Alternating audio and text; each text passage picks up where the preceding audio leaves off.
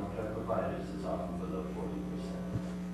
The skin and mucous membranes of every human being are colonized by various microbial species. When hospitalized, patients gradually shed these microorganisms onto inanimate objects in their immediate surroundings. For example, onto bed linens, gowns, and bedside furniture.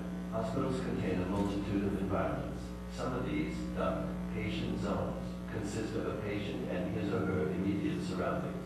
As a result of contamination by both healthcare workers and patients, other areas of the healthcare setting, such as corridors and public areas, are also colonized with microorganisms, though to a lesser extent than patient rooms.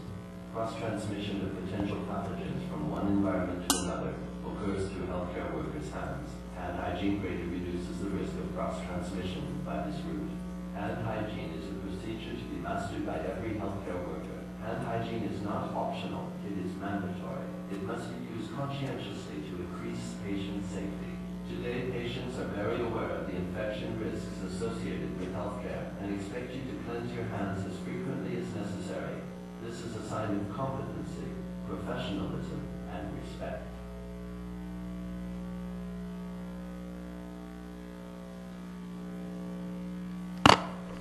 Bom, vocês, tradicionalmente, eu tenho trazido uma mensagem no início do Grand Round e eu trouxe essa pequena sentença, que é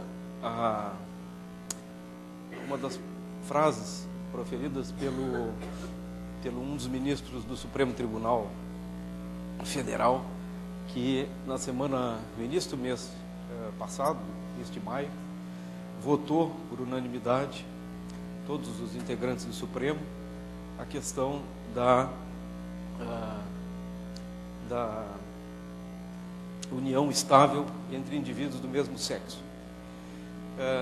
É uma votação histórica e que, do ponto de vista jurídico, teve um impacto muito grande e nós gostaríamos de discutir esse tema, não apenas o aspecto jurídico, mas a repercussão disso nas questões sociais, nas inter-relações que nós estabelecemos no nosso dia a dia com relação aos nossos pacientes e às famílias.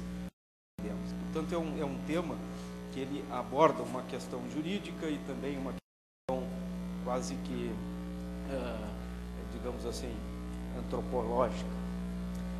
Então, para isso, tinha que ser uma pessoa muito diferenciada para nos dar essa visão, né?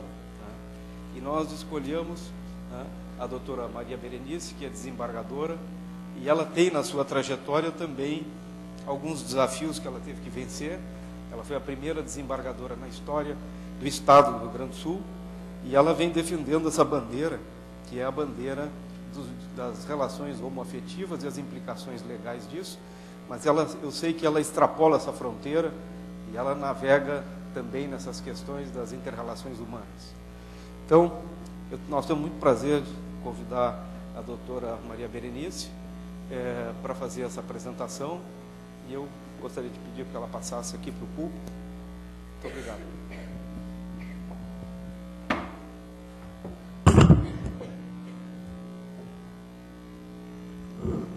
Talvez vocês estranhem mesmo, neste hospital, nesse espaço, receberem uma magistrada, que agora é advogada, para tratar de um tema complicado, né? Que é as relações de pessoas do mesmo sexo. Este convite eu não podia recusar. Não é porque o Nazi é meu médico, não é porque ele é meu amigo, mas porque ele é um homem irrequieto, preocupado com essas questões sociais e com todos esses questionamentos. E vir a o hospital tem um significado enorme para mim. Em primeiro lugar, pelo seu comprometimento, que sempre teve, e acabou de meu médico também aqui referir, foi, acho que, um dos primeiros que tratou e aceitou tratar da AIDS, né, a peste gay, assim, reconhecida no primeiro momento como a forma de punir, né, quem age dessa maneira, e também esse trabalho que é referência nacional, feita pelo Walter, com relação às cirurgias de redesignação sexual dos transexuais, e acho que vocês daqui devem estar acostumados já a conviver com esta população que transita no meio deste hospital e são tratados com tanto carinho e com tanto afeto. Mas o importante é que vocês que trabalham na área da saúde trabalham com gente, com tipo de gente, todos os tipos de pessoa. São as pessoas com quem vocês, no desempenho da atividade profissional de vocês, vão atender. Então, em face desse questionamento, para contextualizar o que eu gostaria de dizer, eu gostaria que vocês assistissem um vídeo. Vocês podiam passar?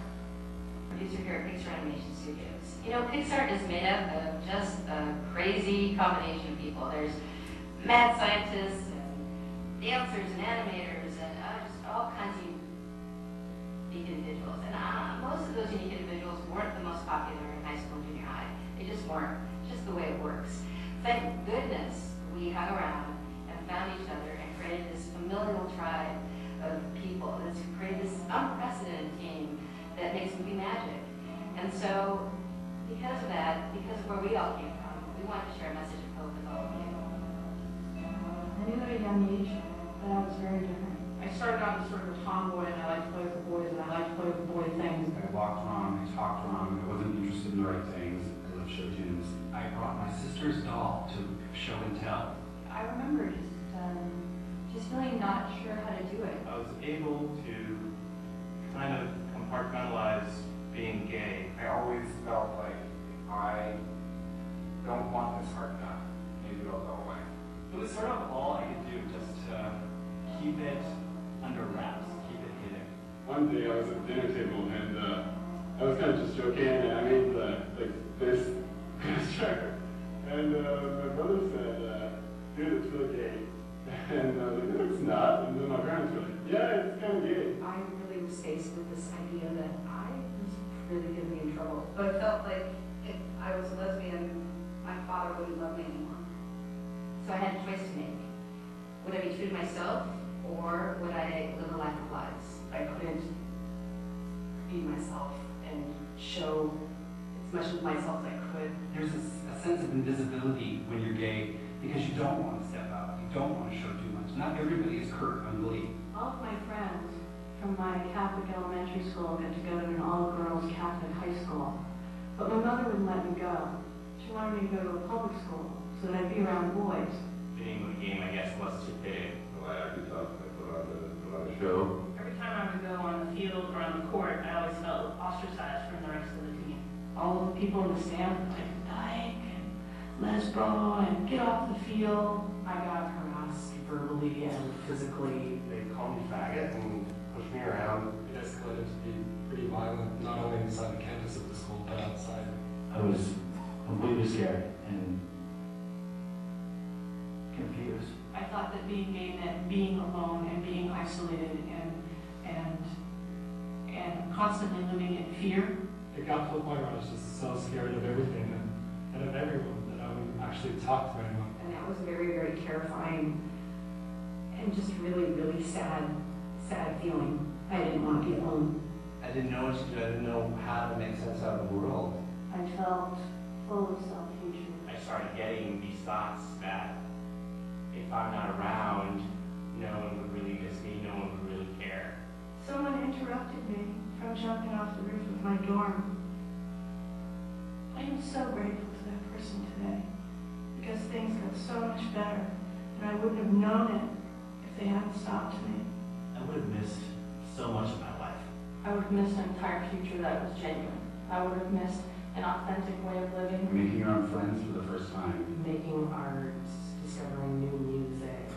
Going to birthday parties with my daughter's friends. That dance group was super cool. I got in trouble with them. Walking into a gay bar and feeling like you really belonged. I would have missed great friends, great relationship. Most amazing experiences that you can have with a friend. I would have missed meeting Colin, my amazing human. I would have missed my nieces being born, who are the cutest things ever. Finding my dream job, finding my dream city, finding my dream partner. The first time I ever got to dance with my boyfriend in public. Meeting the love of my life. Meeting my wife. getting to experience what that kind of relationship is like. I don't think I'd be as close to my family now. I wouldn't have, seeing my mother come around. When my mom and I talked about it, I felt this huge sense of relief. You feel it. You're not just saying inside your head. You're actually feeling it right here. That blew me away. Coming out was just like the beginning. My life was the kind of life I didn't even know was an option.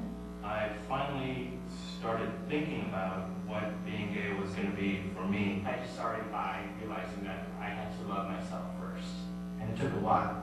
I think it just took time. I found a new me, and it was the right me this time. I started to find that I wasn't alone and my situation was not that different. I started to meet people who gave me so much acceptance and love. People that I would have completely missed out on had it not been for the fact that I was gay. I got to get married to the love of my life. We just made 6 years last week, and we have a cat, and we have a lovely little one-bedroom place that is ours, and get to walk up those 9 steps and open the door and know that he's home. I get to get some hug him when I walk in the door, and that brings me so much joy. It's been one of the biggest blessings of my life. I've met such wonderful people. It's made me such a stronger person to be gay. And there's nothing I would do to change that now. Don't let anyone tell you you're less than zero just because you're gay. There are lots of people out here who care about you and want to see you live. So please stay strong and stay in it. It gets better. Tell yourself over and over again that you're okay, because you are. And know that no matter how hard things can seem, that you're connected to everybody else going through that same thing. You will find your place, and it will get better. I promise. I can definitely tell you, and I didn't believe that anything would ever get better, but it really, really does get better. Focus on the future. Don't focus on the problems that you're going through right now. Focus on the greatness of your life that's going to become. Find someone, anyone that you can confide in, that you think will support you and help you and love you unconditionally. And if that person is not helpful, then drop them immediately and go to another person. Know that somewhere out there you can make a connection with someone else who feels just like you do, similar to how you do, and wants you around and wants to give you a big hug and tell you that everything's all right and that it does get better. If I could just come through the screen right now and just give you a big hug and tell you it gets better, I would totally do that. I promise you that it not only gets better, but it's so much more than you could possibly imagine. It is so beautiful, the things that life has waiting for you. It will get better. It gets better. It gets better. It gets better. It gets better. It gets better. It gets really better. Everything gets better. It gets better. It gets great.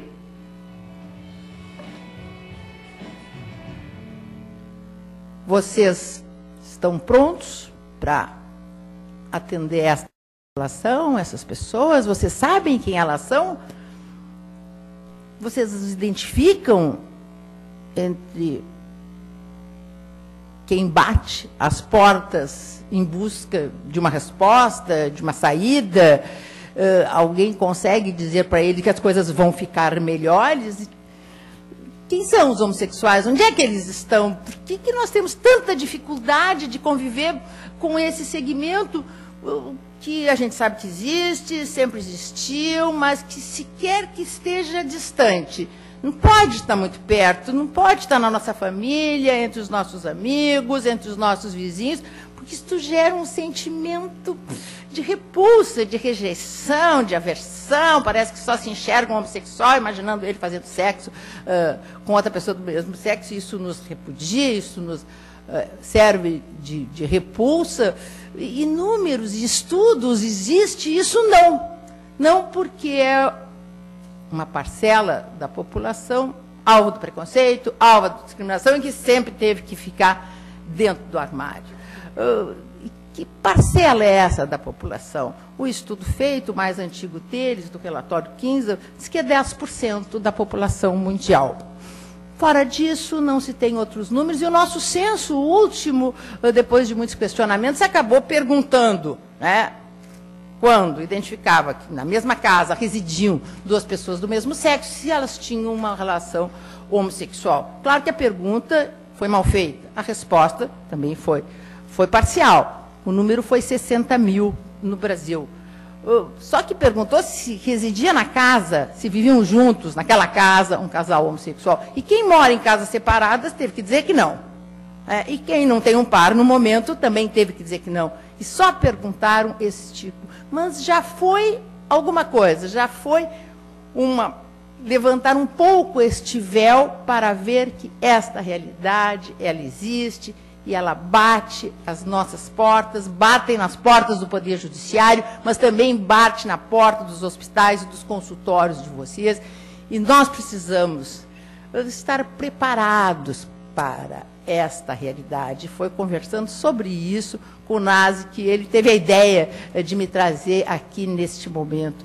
Todo esse índice de repulsa e de rejeição tem um efeito muito significativo na saúde das pessoas. Ou seja, este segmento é um segmento mais vulnerável.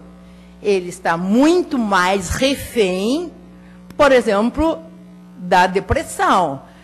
Vejam, e o vídeo talvez possa retratar bem a dificuldade que as pessoas têm, até porque existe uma homofobia internalizada, as pessoas são criadas e educadas para encontrar o único locus de felicidade, que é o casar e ter filhos até que a morte os separe. Esse é o único espaço de aceitação. E o que os pais querem? Todos querem que os filhos sejam felizes. E onde é que está a felicidade? Onde é que se vende o sonho da felicidade? É lá no casamento heterossexual. Então, o que ele deseja é essa enorme dificuldade de aceitar, por exemplo, que seu filho é um homossexual, que a sua filha é uma lésbica, porque ela não tem a possibilidade de atingir este grau de satisfação e de chegar a esse lugar de aceitação. E isto gera esse sentimento terrível de se aceitar um homossexual, de ter que revelar para a família, porque o não revelar sempre é aquele sentimento muito contraditório. O meu pai e a minha mãe me amam, ou amam a pessoa que eles acham que eu sou e eu não sou. Se eles souberem quem eu sou, não vão me amar. Então, essa enorme dificuldade de se aceitar e poder revelar e ter uma certa inserção, traz toda uma trajetória de exclusão e de dificuldade, com sequelas severas nas suas questões de saúde. Ou seja, os homossexuais não sabem em que portas bater. As portas do Legislativo nós sabemos que estão fechadas, passamos vendo isso na televisão. Agora as portas do Judiciário estão se abrindo.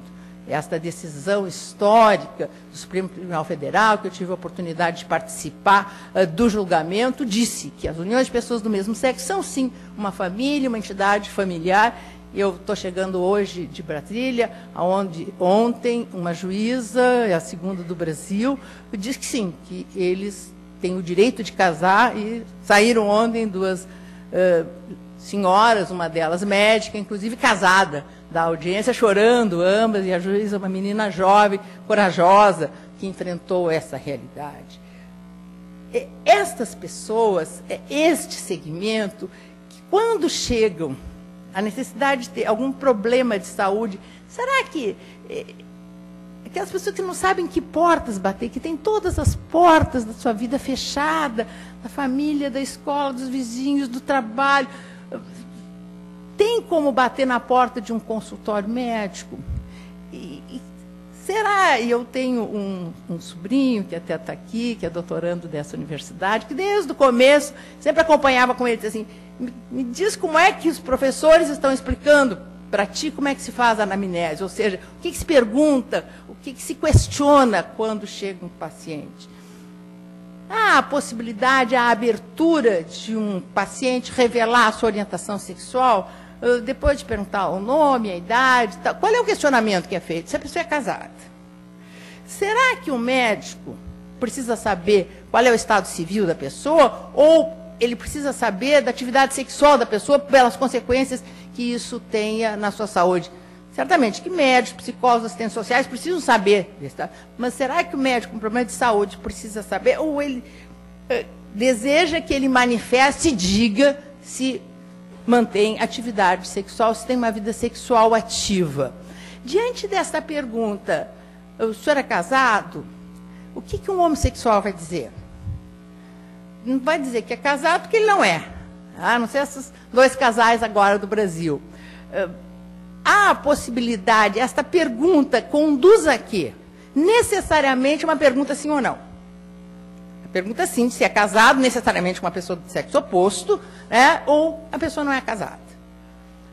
Há espaço de uma pessoa alvo de tanta rejeição e discriminação poder revelar a sua orientação sexual? Será que nós estamos perguntando certo? Será que nós estamos dando essa abertura para a pessoa?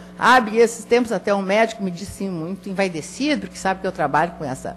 Chegou e disse, eu tenho um cliente meu, 6 anos, que eu atendo ele e tal, ele é homossexual, atendo ele sem problema. Depois de 3 anos de eu estar atendendo ele, ele me disse que era homossexual. Chegou e disse, que horror, o problema foi teu.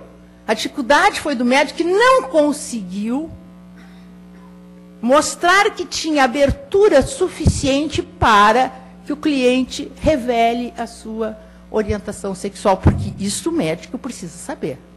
Não por algo voyeur, não por saber das coisas, mas para poder fazer um bom diagnóstico daqueles sintomas que ele vem lhe apresentando neste momento. Porque nós temos que nos dar conta que este segmento tão vulnerável, pelas rejeições que tem e pela exclusão social de que são vítimas, essas pessoas têm uma saúde mais vulnerável do que a demais. E, inclusive, eu acho isso muito significativo, e eu aqui contei com o auxílio do meu sobrinho, que fez essa pesquisa para mim, 2 estudos importantes internacionais estão sendo levados a efeito com relação a esse tema. Tanto no jornal da... Deixa eu ver aqui, que eu até trouxe, que eu cheguei hoje de viagem correndo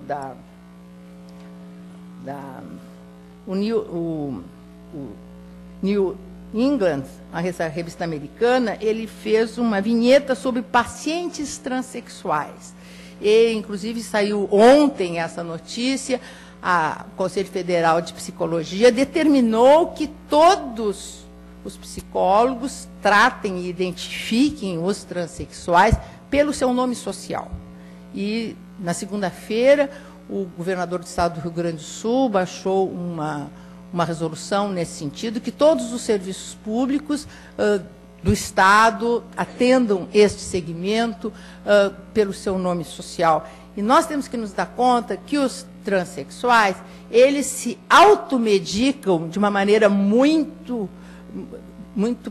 precoce e sem qualquer tipo de orientação, exatamente por esse índice de rejeição de que eles são alvos. Eles têm um índice de escolaridade muito baixo, porque eles têm, de todos os segmentos da população LGBT, eles são os mais excluídos, porque é mais aparente a sua orientação homossexual. Ou seja, o homossexual consegue não aparecer, consegue disfarçar. Sabe? Quando um homossexual revela para a família que é homossexual, mas não conta para ninguém, faz de conta que não é. Sabe? Assim, é a manifestação homossexual que as pessoas não conseguem conviver. Mas os transexuais não têm como, os travestis não têm como não aparecer, então eles têm um índice de autoestima extremamente baixo, e também uma evasão escolar muito significativa, e isto leva à rejeição da família, a forma de ser expulso de casa com uma frequência muito grande, desde a adolescência, e isso os leva à prostituição e a uma vida para manter a própria subsistência de uma maneira, muitas vezes, promíscua, porque não tem outra forma de se manter e de se preservar.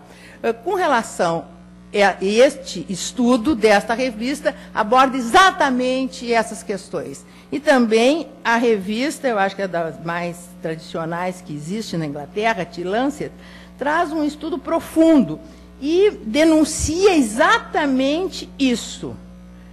A falta de preparo, muitos profissionais da saúde não estão bem informados sobre como cuidar da população LGBT.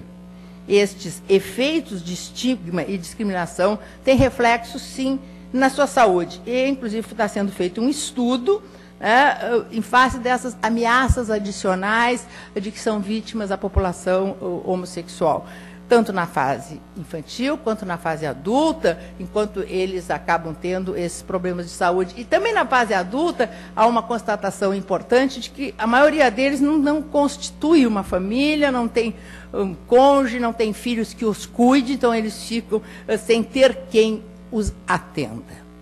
Eu sou advogada, abri o primeiro escritório, depois que me aposentei, o primeiro escritório botando na placa que eu atendia a população homossexual, e recebi inúmeras pessoas que me disseram que nunca procuraram os seus direitos porque não sabiam em que portas bater. Isso em busca dos seus direitos e em busca da sua saúde. Esta população que tem este nível de vulnerabilidade são os mais afetos a ter problemas consequentes, isso você sabe mais do que eu, né? Problemas de álcool, problemas de droga, problemas também de uma vida sexual mais ativa, até pela forma que acaba de viver. Também a AIDS, né? Eles ainda são uma população mais vulnerável e mais acessíveis a elas. E esta enorme dificuldade leva a eles não procurarem os meios de saúde. E diz a nossa Constituição Federal, com todas as letras, e esse é um compromisso de todos nós, de que, bom, a saúde é um direito de todos e uma obrigação do Estado. Essa obrigação tem que ser, artigo 196 da Constituição Federal, abre políticas sociais e econômicas para a redução dos riscos de doença, sendo assegurado acesso universal à saúde. E o que eu questiono é se, de fato, a população médica, os hospitais, os médicos desse país estão preparados para receberem essas pessoas, dizerem a elas, revelarem a elas, de que, bom, elas têm a liberdade, têm o direito de serem como elas são, sabe, que nós estamos preparados para isso. Inclusive, assim, tem um episódio de uma amiga minha, claro que eu me dou muito com muitas pessoas do movimento homossexual, e ela é uma transexual, ela é transexual, que fez a cirurgia, nem fez fora do Brasil há 35 anos, ela é uma senhora, e ela estava com um problema de coluna, e ela foi um médico, e ela ainda brincou comigo, assim, eu ainda sou daquele tempo que a gente vai no médico bonita, sabe, toda, sabe, com calcinha, sutiã da Victoria's Secret, estava linda, deitadinha ali. Aí o médico chegou e começou a perguntar como é que tinha sido a primeira menstruação, se ela teve filhos. Ela disse, ai, meu Deus, vou ter que revelar, porque sempre a revelação gera algum tipo de repulsa ou de rejeição. E ela chegou e disse assim, pois é, doutora, eu não passei por nada disso, porque eu não nasci uma mulher, eu me transformei numa mulher, eu sou uma transexual. Ela, olha, fazendo o que o médico fez, eu tive vontade quase de pedir perdão para ela do que ela foi vítima. Simplesmente o médico começou a dar ré, se sentou na mesa, botou a mão assim, mandou ela levantar, mandou ela se vestir, deu um analgésico, não chegou perto dela e mandou ela embora. Ela disse assim, eu paguei a consulta e saí com receita de médico. Por que esta enorme dificuldade de nós estendermos a mão, nos aproximarmos? Será que alguém tem medo que a homossexualidade seja alguma coisa contagiosa? O mundo acha que a gente não pode ter amigo homossexual, principalmente os meninos têm enorme dificuldade nisso. Bom, homossexual, tem um amigo homossexual, todo mundo vai achar que sou homossexual, que seria algo que contagia, mas ninguém acha que um homossexual, por ter um amigo hétero, vai virar hétero. Não é? Então, é difícil não enxergar, não ver, não visualizar e não ser solidários. Acho que esta frase que tinha sido escolhida tão bem, sabe, pelo Nazi, esta é uma realidade da vida que, bom, todos nós temos que aprender a conviver com ela e vocês a tratarem dessas pessoas. Não tem como, eu acho que isso tem que ser um pouco reestudado, repensado, de, bom, como é que nós vamos atender essas pessoas e permitir dar um espaço para elas, que quando elas cheguem, saibam que podem revelar, que devem revelar, e que isso não vai gerar relação nenhuma, e isso depende da forma como se pergunta. E acho que isso quase tem que ser um pouco repensado, de que as pessoas se sintam absolutamente à vontade para dizer a forma que vivem, e, em segundo lugar, isso também não gerar qualquer tipo de reação por parte do profissional da área da saúde. Acho que esse é um compromisso. Eu acho assim, quando vocês, a maioria de vocês, abraçaram essa, que é uma das profissões, sabe, mais gratificantes que existe, que é cuidar das pessoas, compromisso com a saúde, compromisso com a vida, sabe? Vocês que eternamente se dispõem a lutar contra a morte, nós precisamos não só lutar contra a morte física das pessoas, mas principalmente com a morte psíquica. Essas pessoas, elas são condenadas à invisibilidade, são condenadas a não se aceitarem, a não serem o que são. E todos nós é que precisamos estender a mão a essas pessoas e mostrar para elas, como disse o vídeo, que as coisas vão melhorar e que a vida é assim, que nós temos esse compromisso. Era o que eu gostaria de trazer aqui para o debate de vocês. E, mais uma vez, agradecer à Onase essa fantástica oportunidade de eu estar aqui hoje.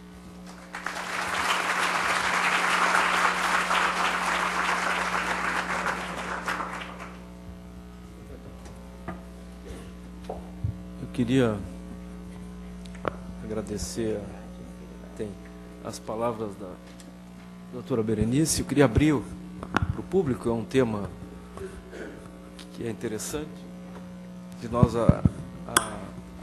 aplicarmos um pouco da nossa história aqui, que foi um hospital pioneiro no tratamento da AIDS. Nem sei se está aqui o professor Matias, que foi o pioneiro de trazer... Quero fazer uma pergunta. Na verdade, é um comentário. Eu gostei muito da sua apresentação, quero lhe parabenizar. Meu nome é Beatriz Chan, sou professora da Faculdade de Medicina.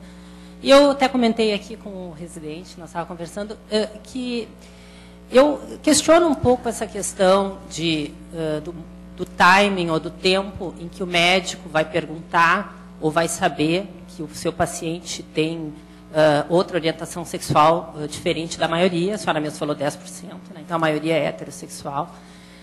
Porque qualquer assunto da esfera sexual, se a gente for pensar em outras queixas médicas, que não seja a queixa principal daquele paciente, por exemplo, para um homem a impotência não é a queixa principal dele, ele é diabético, ele tem muitos anos de diabetes, e a gente às vezes procura perguntar, não vai perguntar na primeira consulta, ele não vai me dizer, e eventualmente ele vai demorar 3 anos para me contar isso, né?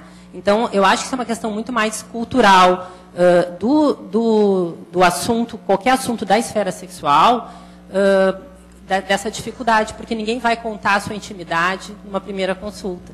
Então, claro, qual é o tempo, qual é o timing, qual é o momento, isso vai depender até da relação médico-paciente que se desenvolve no decorrer das consultas. Sim. Não é uma coisa... Então, eu questiono um pouco essa... Porque tem paciente que pode receber isso até como uma invasão, né? Eu não quero contar minha orientação sexual hoje, eu nem conheço essa médica, né? Sim. Então... Mas assim, no momento que pergunta o que, se ele é casado, ou seja, no fundo tu precisa saber para o teu diagnóstico se ele mantém vida sexual ativa, é isso? Isso é perguntado na primeira consulta. Depende do problema do paciente, né? Então, não, eu estou dizendo assim, a partir do momento que isso é necessário que seja questionado, que precisa ser feito. Eu só acho assim, a pergunta tem que reformular a forma de perguntar. Não dá para perguntar se ele é casado. Quem sabe perguntamos se ele mantém vida sexual ativa. E acho que seria tranquilo manter vida sexual ativa com pessoa do mesmo sexo, com pessoa de outro sexo. A pessoa fica com liberdade de dizer, ele não precisa revelar. Mas assim, o médico mostra que está pronto para receber qualquer tipo de resposta. É esse o questionamento que eu faço. No momento que só se pergunta se a pessoa é casada, pergunta assim, lá do lado de fora está o seu marido, a sua esposa veio com o senhor, nós estamos levando necessariamente... passando a imagem que nós só aceitamos ele se ele for um heterossexual. Mas acho que o médico tem que mostrar que está pronto para receber qualquer tipo de resposta. E acho que é essa abertura que é dada pelo médico. Essa colocação é que eu gostaria. Não, sabe? dessa forma Sim. eu concordo. Eu acho só que assim, na verdade o casado, às vezes a gente pergunta casado e depois se tem um companheiro, às vezes ele diz solteiro. Então assim, a gente entra um pouco no detalhe. Mas sempre pergunta partindo do pressuposto que é uma relação heterossexual. Pergunta para a mulher se ela tem um companheiro. Geral, sim, né? Mas isso acaba entrando Tá, nessa. mas nessa assim, ó, mas tu não acha assim, tu induz a resposta, ou seja, ela só vai dar uma resposta no sentido.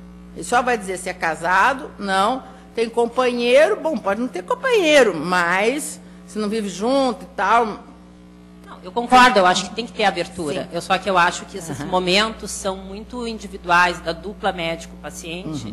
Qual é o momento ideal e em que momento o paciente vai se abrir ou que vai ser importante essa informação. Muitas vezes, quando a gente está fazendo a história, tanto da parte do ciclo menstrual ou de proteção anticoncepcional, um momento muito fácil das mulheres acabarem dizendo, não, mas eu tenho uma companheira, enfim. Isso é um momento que eu acho que não é necessariamente uma coisa da primeira consulta ou da identificação. Acho que ainda está fria a relação nesse momento.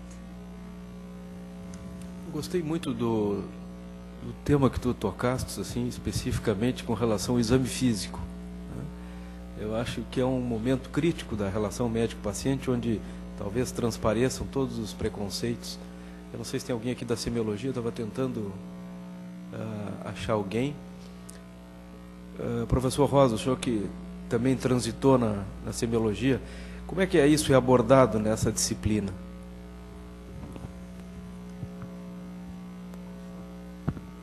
Em primeiro lugar, eu queria dizer para a doutora Berenice que eu gostei muito da apresentação dela. Na verdade, isso não é abordado na disciplina de semiologia. Isso é uma lacuna que a gente tem. Com relação ao que está sendo conversado agora mesmo, eu costumo perguntar para os meus pacientes, na primeira consulta, se tem atividades, vida sexual ativa ou não. Eu acho que no momento que a gente... Esse é o dado importante para o clínico. Se é homossexual, se é heterossexual, eu acho que é secundário. Perguntar se é casado ou solteiro não diz absolutamente nada. Nada, concordo com a senhora. É um elemento de confusão. Então, eu acho que tem que ser perguntado se tem vida sexual ativa, e aí ponto. Alguém da psiquiatria aí? Quem é que quer fazer uma pergunta? Bom dia. Em primeiro lugar, também quero agradecer, foi excelente. Está sendo excelente a sua palestra. Eu estava nos Estados Unidos em plena epidemia da AIDS, da SIDA, desculpa. E eu me lembro que eles reuniram todos os residentes, e eles passaram filmes de vários grupos homossexuais e várias práticas que talvez levassem a SIDA. E foi horrível, porque era uma promiscuidade incrível. Então, a ideia que se tinha que só eram promíscuos os homossexuais, né, e por isso mereciam a SIDA. Eu acho que ainda tem muito isso no nosso meio em geral. E em relação à aceitação de qualquer diferença, eu acho muito importante esses debates em faculdade de medicina, porque não é só o homossexual. Nós, médicos, o estudante, às vezes pior ainda, vou usar uma expressão bipolar, se acham muito. Então, às vezes o paciente não é só vergonha de dizer que é homossexual, é dizer que é analfabeto, é drogado, porque já vem um julgamento antes. Né? Então, a partir do momento que a gente se julga ou se põe numa situação superior ao paciente, acabou o vínculo. Tu não trata mais ninguém, e nem te trata, tu está ficando cada vez mais doente. Então, eu achei muito importante, Nazi, ótimo tu ter trazido esse debate, só podia vir de ti mesmo, excelente. E eu queria dizer isso, que a gente tinha que discutir isso. Né? O médico, o doutorzão, aquele cabeção ali, né? Não sabe nem, deu errado a medicação. Por quê? Não teve nem coragem de te perguntar pela posição que tu tomaste. Então, conforme a abertura que tu dá, não interessa se é a primeira, se é a segunda, se é a terceira consulta, se o paciente confia em ti, sente que tu não é superior, é diferente. Obrigada.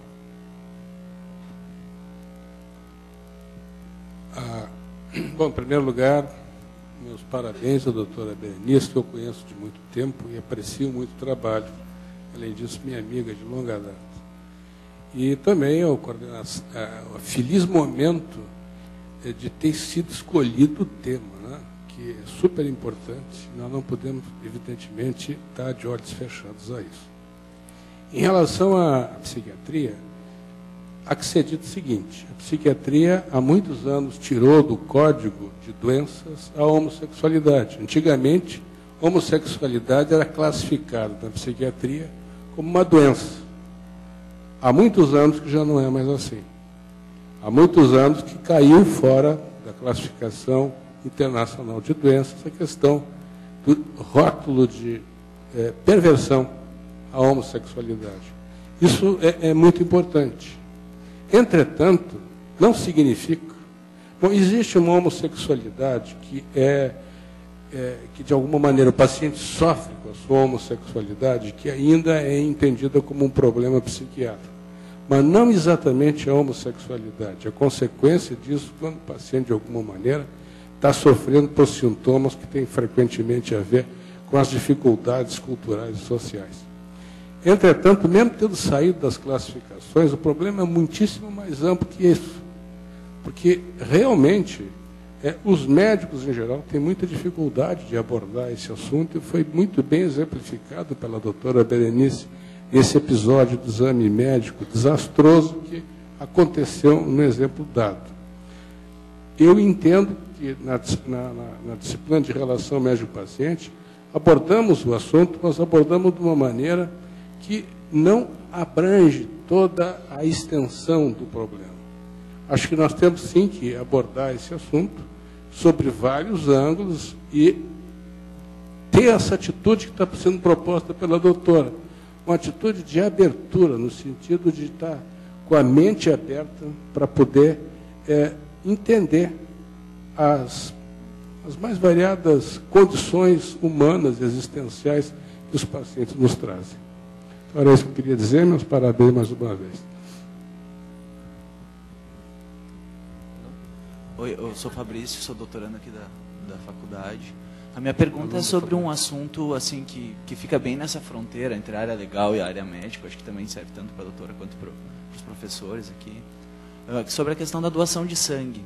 Porque eu não me lembro, a última vez que eu li algo a respeito, acho que foi no início do ano, a homossexualidade era uma contraindicação para a doação de sangue, independente do uso ou não de preservativo. E eu queria saber o que vocês acham nesse sentido, assim, tanto pela questão biológica, se o uso de preservativo realmente contraindicaria, e o que diz hoje a lei e o que tem de projetos em cima disso já de... Porque eu acho que é uma questão que fica... Inclusive a anamnese que se faz no banco de sangue, acho que é uma coisa que tem bem aquilo que a doutora falou, da dificuldade, que acho que é um assunto importante chegar e eu ouvi relatos na internet, assim, de pessoas dizendo que mentiam na hora da anamnese no banco de sangue para poder doar, porque queriam doar e tinham consciência. Então eu queria saber o que vocês pensam. Essa restrição que existe não é uma restrição legal, mas através de resoluções do Conselho de Medicina, acho que revela bem esse preconceito. A não aceitação da doação de sangue feita por homossexuais. Mas agora, no dia 17 de maio, dia de combate à homofobia, foi baixada mais uma resolução que eles abrandaram, mas não eliminaram isso. Ou seja, os homossexuais podem, só não podem os homens que fazem sexo com homens. Não entendi muito por que isso, mas agora acho que é o viés do preconceito, né? Nesse sentido, há um projeto de lei, mas projeto de lei nesse país não anda. Avança nos outros termos, mas ainda há esse tipo de restrição. Alô. Oi. Eu sou Sinara, assistente social da CCIH. E vou explicar por que eu estou me apresentando assim. Primeiro, é muito interessante ouvir, né, uma pessoa assim, de uma outra área, que não seja da saúde somente, falando, porque a gente vê que é uma forma de se expressar um pouco diferente, uma certa forma de... até uma certa decisão, né, na forma de colocar as coisas, o que acrescenta bastante, eu acho, para nós, né, te escutarmos falar. Mas eu gostaria de salientar essa questão, fiquei pensando bastante sobre isso, da abertura que a gente dá para o paciente, no momento em que a gente pergunta, né, se ele tem vida sexual ativa, de sim, eu acho que seria bem interessante a gente mostrar que a gente sabe lidar com a resposta que vai vir. Né? Então, colocar se o paciente realmente, né, tem vida sexual com uma pessoa do mesmo sexo ou não, é uma forma da gente dar essa abertura, deixá-lo à vontade. E isso que eu ia dizer da CCIH, por exemplo, que eu faço uma associação, né? a gente tem muito essa questão, pergunte ao médico se ele higienizou as mãos, né? Como é que eu vou perguntar ao médico se ele higienizou as mãos se eu não sei se ele vai receber bem? Então, muitas vezes a gente até chega a pensar, bom, quem sabe um bottom, né? Sinta-se à vontade de me perguntar se eu higienizei as mãos, ou enfim, qualquer coisa desse tipo. Quem sabe isso vai fazer com que o paciente também se sinta mais à vontade, né? De poder expressar aquilo que ele sente. Então, são coisas que, são formas que a gente se coloca, que a gente se comporta também perante o paciente, que facilita bastante essa comunicação. Parabéns, obrigada. Mais alguma pergunta? Tem uma pergunta lá atrás? Bom dia, eu sou o Daniel, eu sou residente do 2º ano da psiquiatria. Queria primeiro dar parabéns para a doutora Berenice por todo o trabalho dela. E eu sou médico formado aqui pela URGS e eu acho assim, uma surpresa que nos meus 6 anos de formação, acho que 5.000 horas, 6 horas de formação, eu não tive 1 hora de assunto tratado sobre homossexualidade. Eu acho muito importante que isso seja falado. No ambulatório de psiquiatria, a gente vê muitos pacientes que têm sofrimento ainda com isso, alguns que, infelizmente, ainda chegam com a fantasia de que tem que tratar a homossexualidade, e o que a gente vê muito é depressão. Tá? E algumas surpresas muito grandes, como senhoras de 60 anos dizendo que são lésbicas, casaram, tiveram filho, e nunca puderam falar sobre isso. E passaram, com certeza, por obstetras, pré-natal, e nunca puderam falar sobre isso. Então, eu acho que como faz parte da anamnese o perfil psicossocial, eu acho que é importante sim a gente perguntar se um paciente tem vida sexual ativa e dar uma abertura para que ele fale sobre isso, porque a gente pode se surpreender em várias ocasiões. Então, eu acho que tem que se falar sobre o assunto sim, não dá para deixar isso quieto. Tem muito sofrimento por trás dessa pergunta, que não se faz. Bom, vamos abrir então para a última pergunta.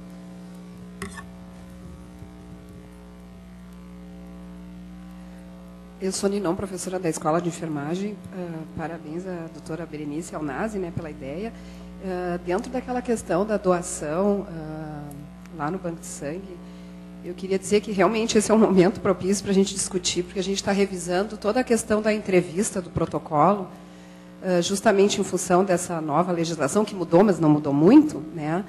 Mas eu queria fazer um comentário, assim, que algumas questões de preconceito, acho que realmente têm que ser analisadas, retiradas, aquelas questões técnicas mantidas, mas eu acho que essa questão da comunicação é uma coisa que tem que evoluir, a forma de abordagem, porque justamente assim, a pessoa chega lá, não tem nenhum vínculo com aquele profissional que vasculha toda a vida da pessoa, né? Não só sexual, mas se foi preso, se não foi preso, né? Uma série de questões que é um protocolo da Anvisa, né? Que tem que ser seguido.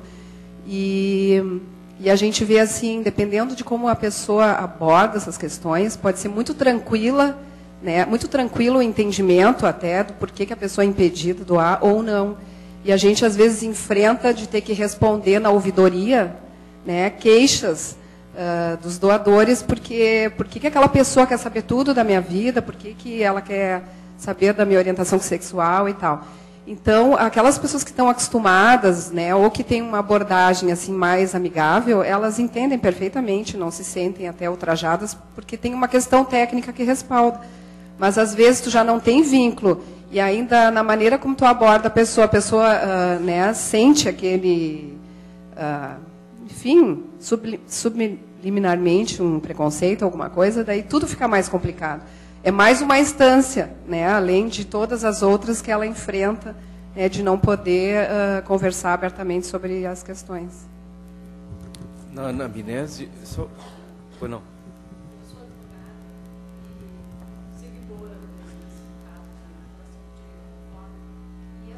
Essa relação que vocês estão falando do paciente médico, eu acho interessante também quando tu consegue estabelecer realmente um contato de foro de verdade. Eu conheço um homossexual que já se submeteu a várias cirurgias plásticas e eu sempre questiono ele: tu disse para o médico que tu é portador do HIV? Disse. Eu não acredito que ele tenha dito. Eu acredito que ele paga bem.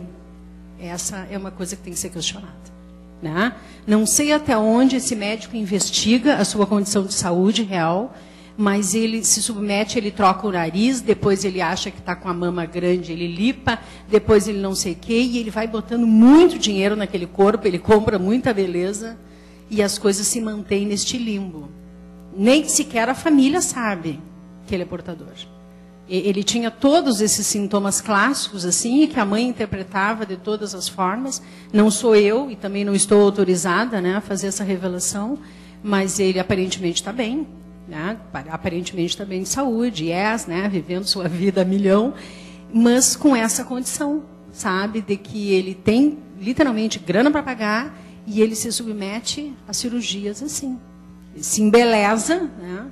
Acredito que contamine pessoas, se eu conheço a conduta dele, provavelmente contamina as pessoas, e eu observo que ele não tem um limite, né? Ele não tem, inclusive, este limite da medicina. É uma coisa que também é de se pensar, sabe? Até onde essa posição é ética, né? Até onde as pessoas se posicionam com quem pode, com quem não pode. Parabéns, Berenice. Tem um antigo professor de semiologia, né, o Sebelaro, tem um famoso livro de semiologia, que ele propõe uma fórmula para se fazer uma boa medicina. Conhecimento, bom senso e afeto. Se não se estabelecer esse tripé na relação, nós não conseguimos ajudar o doente.